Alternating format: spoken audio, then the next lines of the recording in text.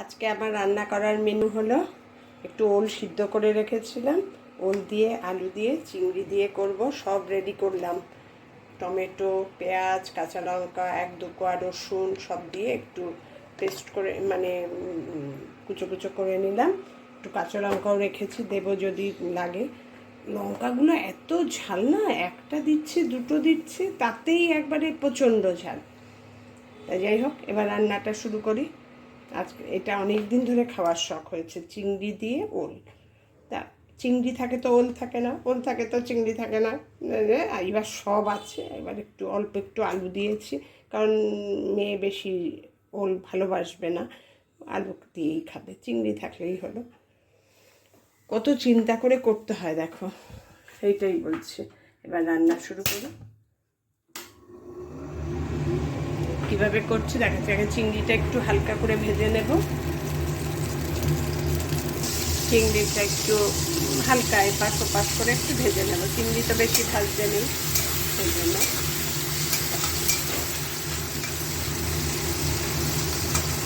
রান্না করতে করতে সব পুরোনো কথা মনে পড়ে। চিংড়িটা ভাজার জন্য তেল দিয়েছি, ভাবছি তাই প্রথম যেদিন রান্নাঘরে ঢুকেছি শ্বশুরবাড়ি এসে, মানে বউ ভাতের দিন সকালবেলায় রান্না করতে হয় নাকি নতুন বউকে, একটু রান্নাঘরে ঢুকে পন্টির কড়াই। তা আমাকে বড় যা এক গাদা কাতল মাছ রেডি করে রেখেছে, বলছে তুই একটা দুটো ভাত, বাদ থাকি পরে এসে আমি ভাজবো। কড়াইয়ে তেল ঠেল দিয়ে গেছে, ভালো কথা। আমাকে বলেছে মাছগুলো ভাজ, আর কিছু বলে যায়নি। তেল গরম হলে দিবি কিংবা কিছু, ব্যাস। আমি তো সেই লাট সাহেবের মতন দাঁড়িয়ে সঙ্গে সঙ্গে তেলের মধ্যে মাছ ছেড়ে দিয়েছি। ব্যাস, জানি না যে তেল গরম হতে হয় কিংবা তারপরে তেল দিতে হয়। হলো, তারপরে তো বড় যে একটু বাদেই এসে কী করেছি। যাই হোক, 3-4টে মাছ, আমি 3-4টেই বোধহয় ছেড়েছিলাম, ভেঙে গুঁড়ো গুঁড়ো কাঁচা মানে ঠান্ডা তেলে ছেড়ে দিয়েছি। এই একদিনের গল্প হলো। সেকেন্ড আরেক দিন হয়েছে, তেল গরম হলে মাছ দিতে হয়, এবার জেনে নিলাম, হয়ে গেল। তারপরে মানে দিন 15-20 পরে বোধ হয় আবার একদিন রান্নাঘরে কিছু একটা ব্যাপার, আবার বড় যা বলেছে যে মাছগুলো তুই কয়েকটা ভাজ, মাছ আমি আসছি বলে। তখন তো ওর ছেলেরা ছোট ছোট, স্কুলে যাবে, রেডি করাবে কিছু একটা।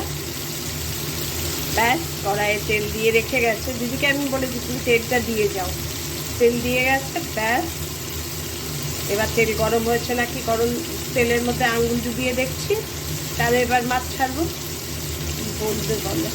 যাই হোক, গল্প করতে করতে আমার চিংড়ি মাছ ভাজা হয়ে গেল। মাছগুলো একটু ভেজে তুলে নিয়েছি তোমাদের সঙ্গে গল্প করতে করতে। এবার এই তেলের মধ্যে দিয়ে দেবো একটু কালো জিরা ফোড়ন, আর দিয়ে দেবো আলুগুলো। আলুগুলো তো মানে সিদ্ধ করা নেই, ওলটা তো সিদ্ধ করা। এই আলুগুলো একটু দিয়ে দেবো।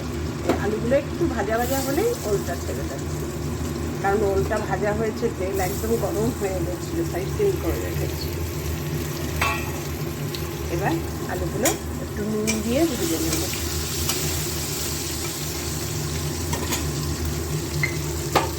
আর কিছু দেবো না, নুন দেবো।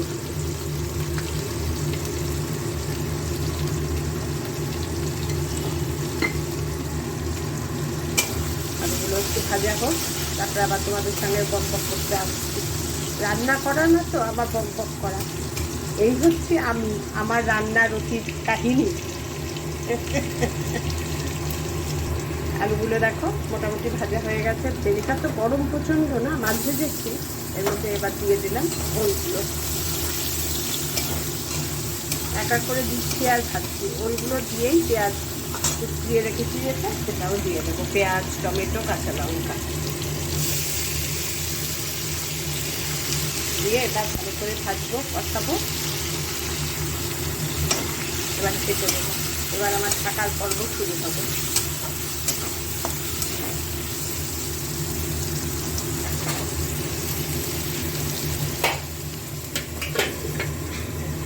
এবার হোক কিছুক্ষণ, তারপরে আবার পরে তোমাদের দেখাচ্ছি।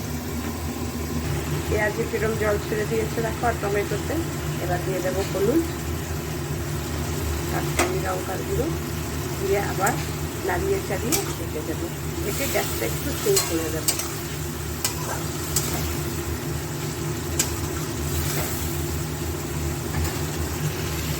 সব কিছু সিদ্ধ হোক, মাখো হোক, আবার তোমাদের দেখাচ্ছি। এবার দেখো চিংড়িতে দিয়েছি, কিরম একদম মাখো হয়ে গেছে। এবার চিংড়িগুলো ঢেলে একটু ঝোল দিয়ে চিংড়িগুলো হয়ে যাবে।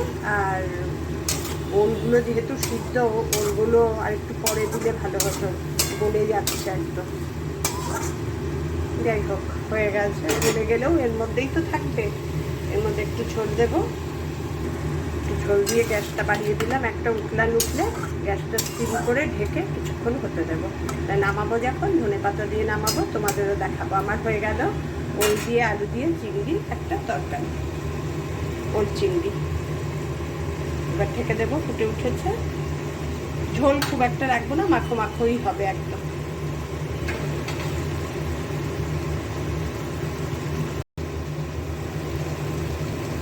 তোমাদের আবার ফাইনাল লুকটা দেখাবো। এবার ঢেকে গ্যাসটা সিম করে দেবো, গ্যাস একদম সিম থাকবে, হোক কিছুক্ষণ।